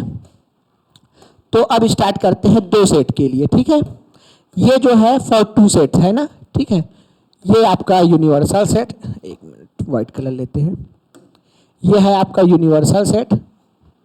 ठीक है, ये आपका मैं ले लेता हूं एक और ए और बी। ठीक है, for two sets A and B, है ना। हमारा मेन टॉपिक जो है तीन सेट के लिए है, लेकिन पहला फार्मूला हम किसके लिए देख रहे हैं? दो सेट के लिए। तो नंबर ऑफ एलिमेंट, ठीक है, समझते जाना, ए यूनियन बी। ये फार्मूला आप पढ़े हैं, पहले मैं फार्मूला लिख देता हूं। Number of elements in A plus number of elements in B minus number of elements in A intersection B. ठीक है, ये फार्मूला आप पढ़े हैं। अब इस फार्मूला को आप फील करिए कि ये फार्मूला कैसे आया। ठीक है, क्लियर है कि क्या ये फार्मूला सही है? Number of elements A union B, मतलब पूरा जितना ए और बी में है सबको लेते हैं। यूनियन का डेफिनेशन देखें, ये पूरा सभी जितना भी पार्ट है वो क्या हुआ था? येलो कलर से हम सेट किए थे, वो होता है यूनियन। तो अब देखिए फार्मूला क्या बोल रहा है? Number of A plus number of B. अब बताइए ए कहां तक है? ए वाला गोला इतना है, उसका एक पोर्शन इतना है जो अकेला ए है, और दूसरा पोर्शन ए बी के साथ शामिल है। तो देखो कहां कहां का एलिमेंट आएगा, देखिए ध्यान से समझते जाइए। एक एलिमेंट ए का पार्ट ये है, नंबर ऑफ एलिमेंट ए देखिए, क्लियर है। और उसका एक पार्ट दोनों जगह से तो आएगा ना एलिमेंट, एक अकेला ए वाला और एक इंटरसेक्शन से वाला। क्लियर है? दूसरा चीज number of element in B, तो number of element in B का सेम पार्ट यहां, और दूसरा पार्ट कहां का? इंटरसेक्शन वाला पार्ट। अब ध्यान से देखिए कि number of element A, number of element B, और माइनस कितना? एक बार number of element A intersection B. तो ध्यान से देखिए यहां पे जब हम कितने बार काउंट कर चुके हैं, ये एक बार हुआ, अच्छी बात है, एक ही बार काउंट करते हैं सेट में। ये भी एक बार काउंट हुआ, अच्छी बात है, एक ही बार होता है काउंट। लेकिन इंटरसेक्शन वाला पार्ट में देखिए हम कितने बार काउंट कर चुके हैं एलिमेंट को? दो बार एक ही पार्ट को, क्योंकि ए के साथ भी वो कॉमन पार्ट के लिए हम एलिमेंट लिए और बी के साथ भी। तो एक एलिमेंट को हटाना पड़ेगा। कहां से हटाना पड़ेगा? इंटरसेक्शन से, जहां पे आपका इंटरसेक्शन है। तो यहां से हम एक एलिमेंट को कम कर देंगे, क्योंकि वो दो बार रिपीट हो रहा है और सेट में तो रिपीटेशन अलाउड नहीं है ना। दो बार हम उसको कैसे जोड़ेंगे? तो एक बार हटा दिए तो वही माइनस हुआ है इंटरसेक्शन के पार्ट से। क्लियर है? तो ये फार्मूला ऐसे आया। ठीक है, ये अब याद रखेंगे आप। आपको अब ये जो फार्मूला है आपको एक बार वेन डायग्राम से देख लिए तो आपको हमेशा याद रहेगा, क्योंकि दो के लिए तो आसान होता है, बट तीन के लिए आप क्या हो जाते हैं? कंफ्यूज हो जाते हैं। ठीक है, तो चलिए तीन वाला फार्मूला हम लिखते हैं। Same formula, number of A union B union C. क्या होता है? Number of element in A, फिर number of element in B, फिर number of element in C. Clear है? उसके बाद घटाते हैं number of element A intersection B को घटाते हैं, फिर number of element B intersection C को घटाते हैं, फिर number of element A intersection C को घटाते हैं, या इसको सी इंटरसेक्शन ए भी लिख सकते हो।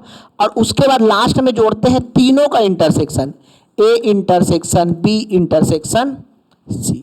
ये इतना लंबा फार्मूला होता है। अभी इतना लंबा फार्मूला कैसे आया उसको आप वेन डायग्राम के थ्रू देखिए। ठीक है, ये हो गया आपका यूनिवर्सल सेट। क्लियर है? ये हो गया आपका सेट ए, ये हो गया आपका सेट बी, और ये हो गया आपका सेट सी। आपको यूनियन में क्या चाहिए? सभी गोला चाहिए, पूरा गोला में येलो कलर चाहिए जो हम पहले किए हैं। 3 की बात हो रही है तो देखिए सबसे पहले अब इसमें आपको ध्यान से समझना है कितना तो इंडिविजुअल भाग है, इसी इंडिविजुअल भाग का यूज करके मैं आपको क्वेश्चन कराऊंगा। ठीक है, 2 मेथड से एक क्वेश्चन को करेंगे और सबसे आपको सिंपल मेथड लगेगा वेन डायग्राम। ठीक है, तो देखिए मैं एक बार आपको लिख दे रहा हूं, फिर आपको ये इरेज कर दूंगा। ये अकेला वाला भाग, इसको मैं हमेशा आगे जाके ए लूंगा, अभी तो नहीं लूंगा। ये वाला भाग अकेला इतना वाला जो सिर्फ ए में है वो ए, जो सिर्फ बी में है इतना वाला भाग बी, ये सी। उसके बाद दोनों के इंटरसेक्शन में, किसके किसके, ए और सी के इंटरसेक्शन में, ये वाला भाग नहीं बोल रहा, ये दो के इंटरसेक्शन में, इसको मैं लूंगा एक्स, ये वाला इतना भाग को मैं लूंगा वाई, और इतना भाग को लूंगा मैं जेड, और अंदर में क्या बच गया, तीनों का इंटरसेक्शन वो पी। तो अब बताओ A plus B plus C plus X plus Y plus Z plus P, सभी एलिमेंट्स को काउंट करूंगा तो क्या आ जाएगा, यूनियन आ जाएगा। क्लियर है, तो ये आगे के क्वेश्चन में लूंगा, अभी नहीं, अभी तो मैं आपको फार्मूला बताऊंगा कि कैसे होता है। ठीक है, तो ये हो गया आपका वापस से ये डायग्राम। अब देखिए क्या है फार्मूला, कैसे बना है। यूनियन का फार्मूला मतलब पूरा सभी गोला, नंबर ऑफ एलिमेंट इन ए, तो ए का कितना पार्ट है आप देखिए स्टूडेंट, एक यहां से एलिमेंट आ रहा है, एक इस भाग से एलिमेंट आ रहा है, एक इस भाग से एलिमेंट आ रहा है, और एक इस भाग से एलिमेंट आ रहा है। क्लियर है, 4 जगह से एलिमेंट आ रहा है, 4 पार्ट में बटा है। ए जो गोला है, ये जो हमारा सर्कल है वो 4 पार्ट में बटा है, तो क्लियर है, चारों पार्ट से आ गया। ठीक है, फिर नंबर ऑफ बी, तो बी के लिए हम क्या लिखेंगे, एक ये अकेला वाला पार्ट से, फिर इधर के इंटरसेक्शन वाले पार्ट से, फिर इधर के इंटरसेक्शन वाला पार्ट से, दो दो वाला, और फिर ये तीनों के इंटरसेक्शन पार्ट से। क्लियर है, ठीक है। उसके बाद अब आ गया आपका क्या, सी वाला, नंबर ऑफ एलिमेंट इन सी, तो यहां से एक एलिमेंट का पार्ट, एक पार्ट यहां से, एक पार्ट यहां से, और एक पार्ट यहां से। क्लियर है, ठीक। अब देखिए ध्यान से, ये जो एलिमेंट है कहां वाला, ये वाला एलिमेंट है, ये कितने कितने बार काउंट हो गया है, 2 बार काउंट हो गया है अलग अलग, तो इसको को हटाना पड़ेगा। क्लियर है, तो देखिए कैसे हट रहा है, number of element in A intersection B. ठीक है, ए इंटरसेक्शन बी, लेकिन ए इंटरसेक्शन बी कहां से कहां है स्टूडेंट, यहां से लेके यहां तक पूरा है। ठीक है, क्लियर है यहां तक, तो वहां से हम एलिमेंट हटाएंगे। तो देखिए ध्यान से समझना, फिर सारा चीज आपको क्लियर हो जाएगा। ए इंटरसेक्शन बी से हटा रहे हैं, तो ए इंटरसेक्शन बी ये वाला पूरा पार्ट है, तो एक एलिमेंट यहां से हट गया, लेकिन उसका एक पार्ट तो इंटरसेक्शन में यहां भी है ना, तो यहां से भी एक एलिमेंट हट गया। क्लियर है, समझ में आ गया। Number of A intersection B, दोनों पार्ट से एक एक हट जाएगा क्योंकि इंटरसेक्शन वाला पार्ट ये पूरा है।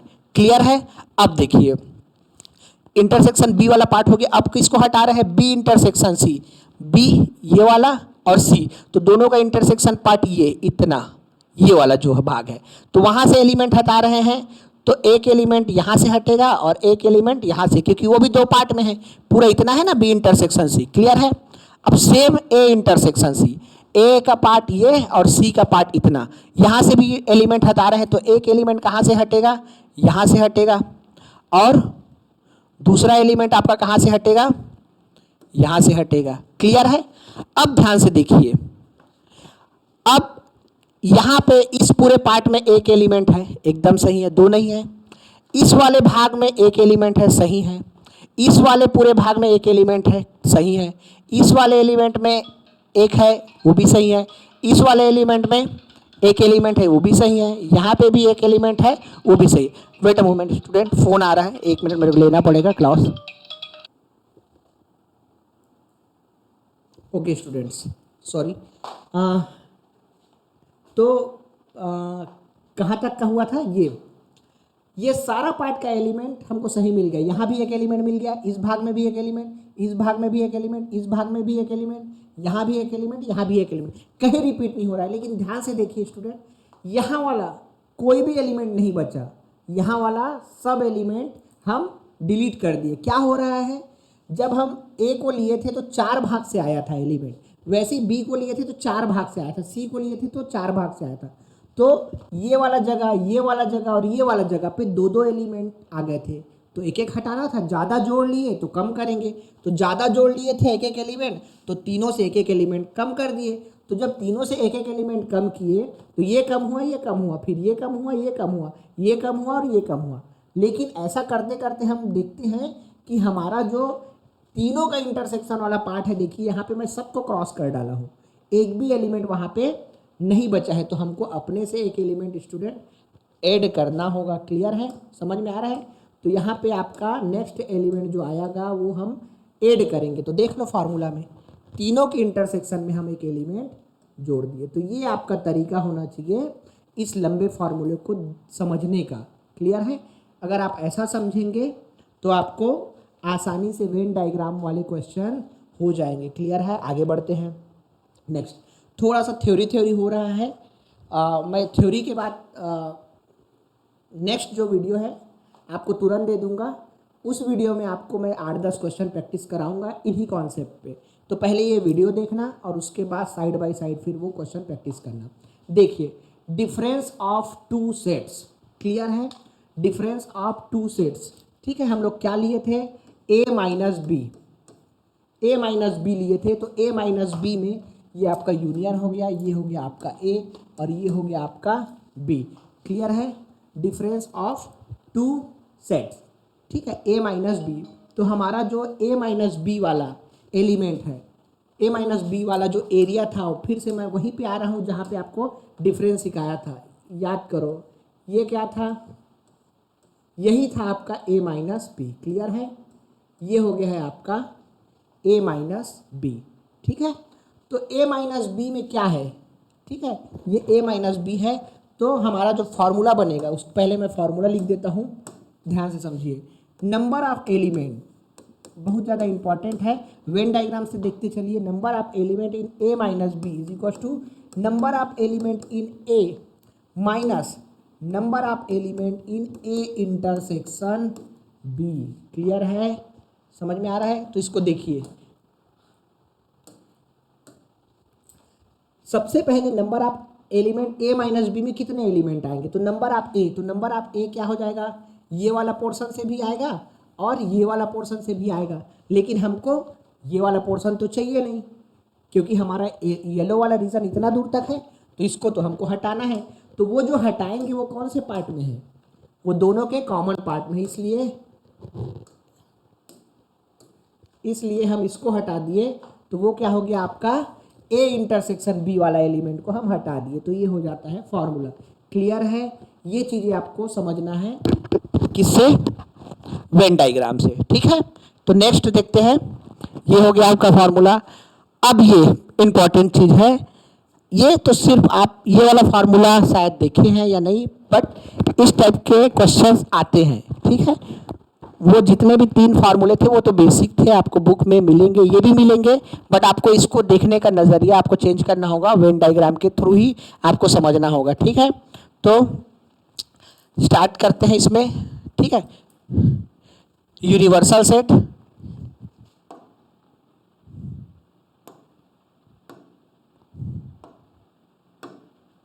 ये हो गया आपका यूनिवर्सल सेट, ये हो गया आपका A, ये हो गया आपका B और ये हो गया आपका C। अब देखिए क्या बोल रहा है? Number of elements in exactly 2 of the set A, B, C। केवल दो सेट में होना चाहिए, उससे ज़्यादा में नहीं होना चाहिए, क्योंकि उसने वर्ड इस्तेमाल किया है एग्जैक्टली। तो आप बताओ स्टूडेंट्स, यहाँ पे एग्जैक्टली 2 वाला कौन सा है? ये रीजन को देखिए A और B का, लेकिन ये वाला भाग तो तीनों वाला भाग है, तो दोनों वाला भाग कौन सा है? ये। तो हमको एग्जैक्टली 2 वाला कौन सा मिल गया? ध्यान से समझो, ये A और B वाला भाग है, लेकिन केवल और केवल A और B वाला भाग है। इससे मैं जैसे नीचे जाता हूँ यहाँ, तो वो आपको क्या मिल जाएगा? A, B और C वाला तीनों वाला भाग मिलेगा। लेकिन मेरे को क्या चाहिए? एग्जैक्टली 2। तो वैसे ही एक ही रीजन नहीं है, यहीं पे आप थोड़ा सा कॉन्सेप्ट भूल जाते हैं कि एक ही थोड़ी है, और कहाँ है? A और C के साथ भी है, तो ये वाला रीजन भी आपको चाहिए। ठीक है,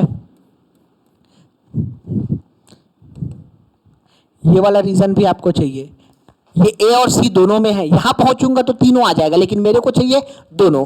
वैसे ही सेम रीजन B और C वाला है। क्लियर है? तो जितना मैं सेड किया हूं उतना होता है एग्जैक्टली A दो सेट वाला, exactly two of the set, तीनों सेट में से कोई भी दो दो में रहना चाहिए, तो इतना है। अब इसको हम कैसे निकालेंगे? ठीक है, तो ये तो फॉर्मूला ही हो गया आपका, फॉर्मूला का नाम ही यही हो गया। ठीक है, अब इसका हम देखिए लिखते हैं, कैसे लिखेंगे फॉर्मूला को, देखिए समझिए।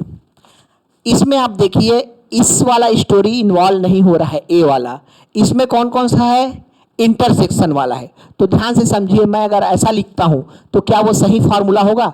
Number of element in A intersection B, समझते जाइए, plus number of element in A, sorry, number of element in B intersection C, A intersection B, B intersection C, plus number of element in C intersection A. आप A intersection सी भी लिख सकते हैं, position change करने पर कोई दिक्कत नहीं होता है। अब देखिए तीनों में लिख दिया, लेकिन गलती क्या हुआ है वो देखिए।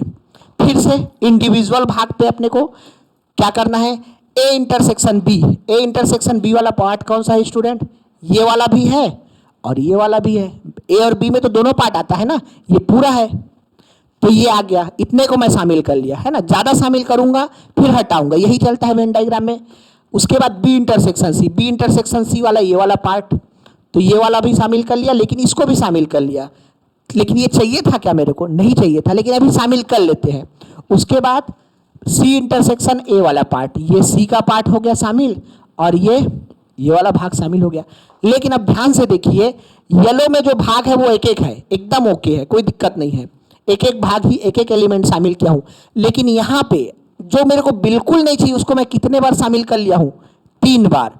तो इसलिए मेरे को यहां पे नेक्स्ट में फॉर्मूला आप देखेंगे, अपने बुक से मिला लेना, 3 बार कौन सा वाला पार्ट? नंबर ऑफ एलिमेंट भी लिखना है, 3 time number of element A intersection B intersection C. 3 बार मेरे को ये हटाना है। जैसे ही मैं 3 बार हटा दूंगा, आपका जो रिक्वायर्ड आंसर है वो मिल जाएगा। 3 बार मैं हटा दिया इंटरसेक्शन वाला पार्ट, तो 3 बार हटा दिया तो ये वाला भाग हट गया, क्योंकि वो मेरे को चाहिए भी नहीं था। मैंने जब बनाते बनाते 3 बार ऐड कर दिया था, वो 3 बार निकल गया, तो हमारा येलो वाला एरिया फुलफिल हो गया।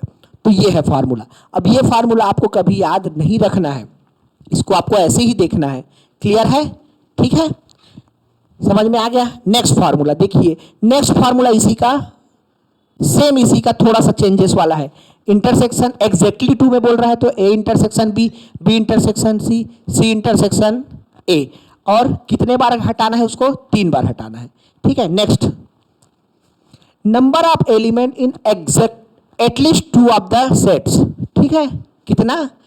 At least 2 of the sets. अब बोल दिया है एटलीस्ट, अब आपको वर्ड भी साथ ही साथ समझना है स्टूडेंट्स। एटलीस्ट, एटलीस्ट बोला है मतलब 2 तो चलेगा, लेकिन मेरे को 3 भी चल जाएगा। 2 में है एलिमेंट तो भी चलेगा, लेकिन 3 भी चलेगा। क्लियर है? तो समझते जाइए। नेक्स्ट वाला स्लाइड देख के इस फार्मूले को मैं पहले लिख देता हूं। इसका जो फार्मूला है इसको मैं लिख देता हूं, फिर आपको समझना है। इक्वल का साइन वहां लग गया है। सेम फार्मूला स्टूडेंट्स लिख देता हूं मैं, सेम फार्मूला ये है, सेम फार्मूला मैं लिख रहा हूं। क्या चेंजेस कर रहा हूं देखना, number of A intersection B plus number of B intersection C plus number of C intersection A minus, अब मैं क्या हटा रहा हूं ये देखिए। ठीक है, वापस से मैं सेम चीज सेट करता हूं आपका इस वाले में डायग्राम। ठीक है, लेते हैं, ये आपका हो गया यूनिवर्सल सेट, ये हो गया स्टूडेंट आपका ए, ये हो गया बी, और ये हो गया सी। क्या चाहिए उनको? कंडीशन क्या है? एटलीस्ट 2। पहले मैं एटलीस्ट 2 कर देता हूं, एग्जैक्टली 2 को करते हैं। ठीक है, समझते जाओ। पुराना वाला डायग्राम बना रहा हूं जस्ट इससे पहले जो एग्जैक्टली 2 का हम किए थे। क्लियर है?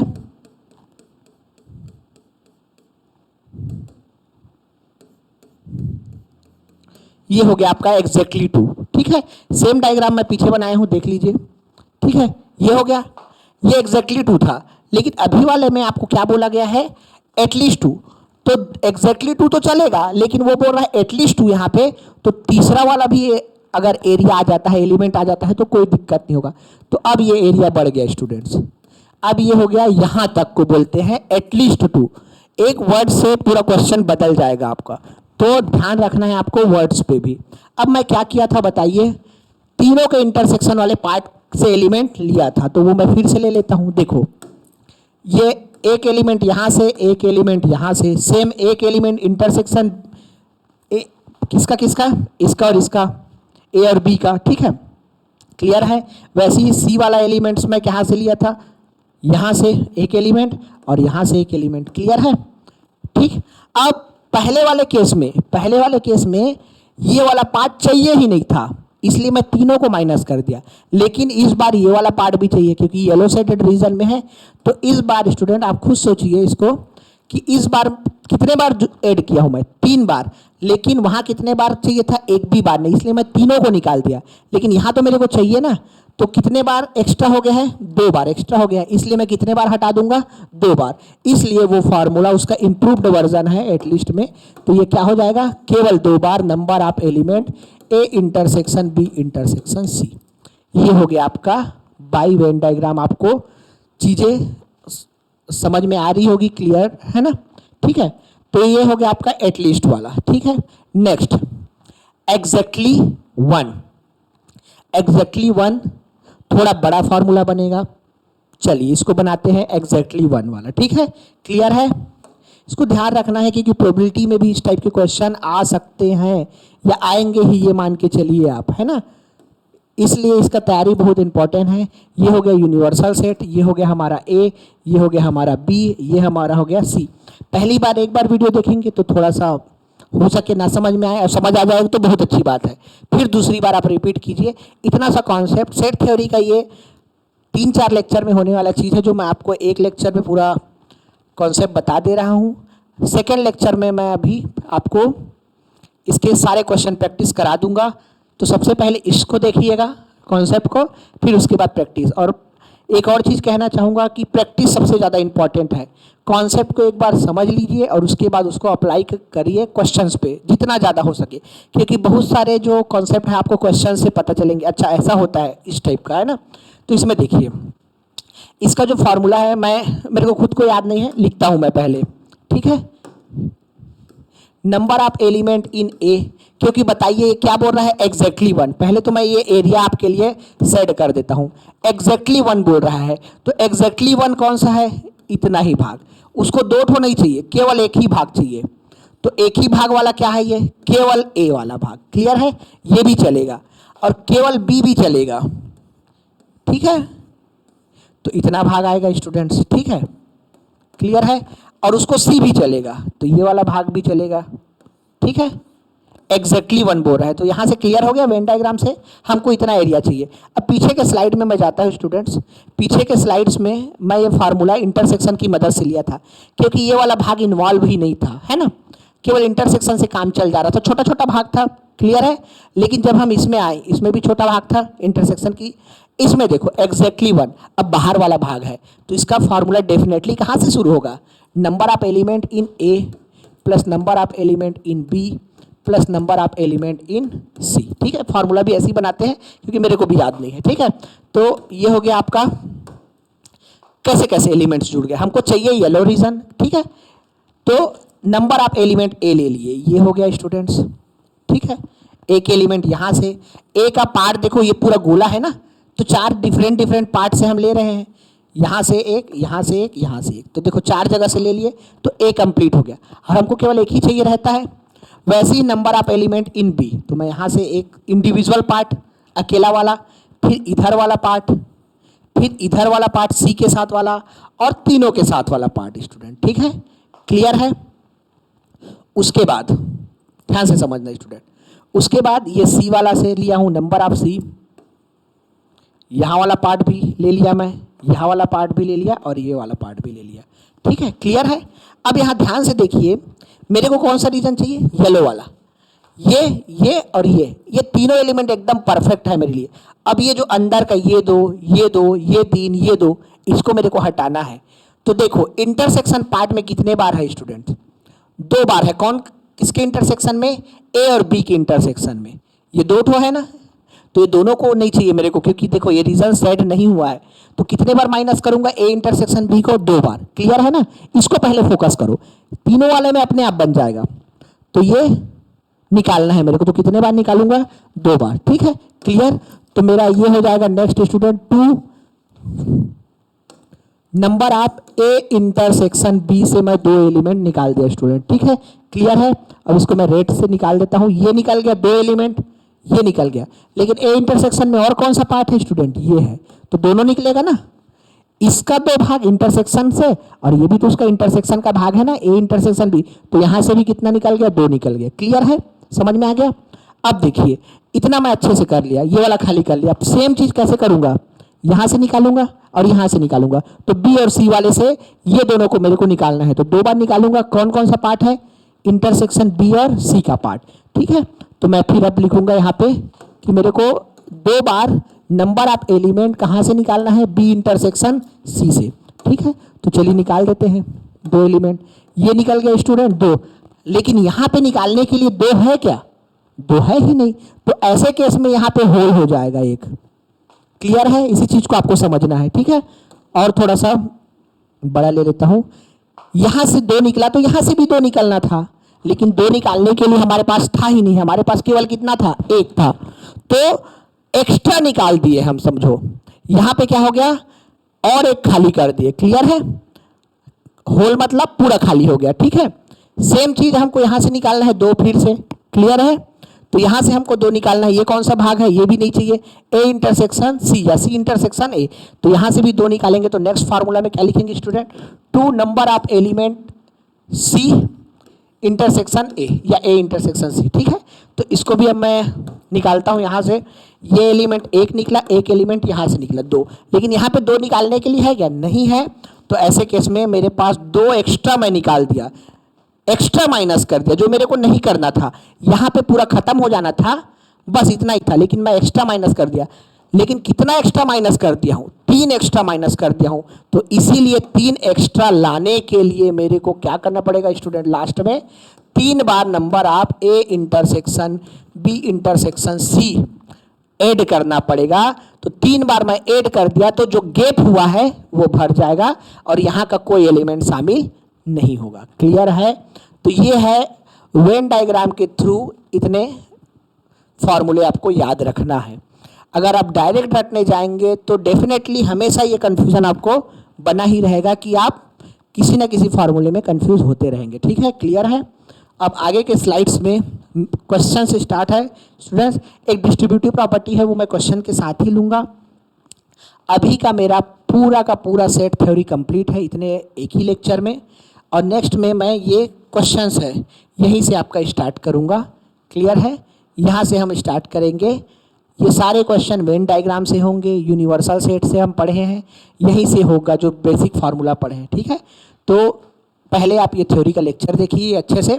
डिस्ट्रीब्यूटिव प्रॉपर्टी थोड़ा सा बचा है, वो मैं उसी लेक्चर में आपको बता दूंगा। ठीक है, डिस्ट्रीब्यूटिव और डिमॉर्गन एक ही है लगभग, थोड़ा सा डिस्ट्रीब्यूटिव का ही यूज़ होता है। तो ये क्लास यहीं रखते हैं स्टूडेंट। ठीक है, तो इतना आप करिए और उसके बाद हम क्वेश्चन करेंगे। ओके।